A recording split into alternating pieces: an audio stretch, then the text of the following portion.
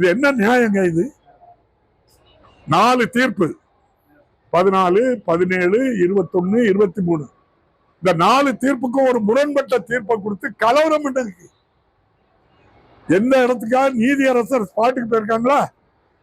எத்தனை ஏழைப்பாள கடற்கரையில இருந்து மீன் பிடிக்க போறவன பிடிச்சு வச்சிருக்கு. எந்த நீதியரசர் போய் இது அநியாயம் மத்திய அரசு சொல்லி போச்சிருக்காங்களா? இல்லையே. ஐயப்பன் கோயில்ல போய் 50 வயசுக்கு மேற்பட்ட பெண்கள் போலாம். சுப்ரீம் கோர்ட் 5 நீதிபதிகள் ஜட்ஜ்மெண்ட் நடைமுறைப்படுத்த சொல்லாம நீதிமன்றம் அது எந்த நீதிமன்றம்? உச்ச நீதிமன்றம், ஃபுல் பெஞ்ச் நீதிமன்றம்.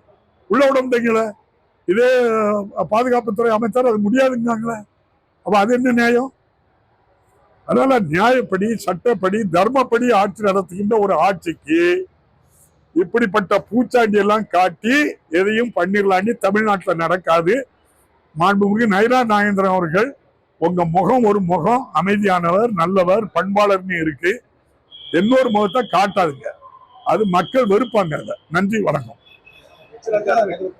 அதெல்லாம் போட்டு சொல்லிட்டு அது ஒரு ஆளு மனுஷன்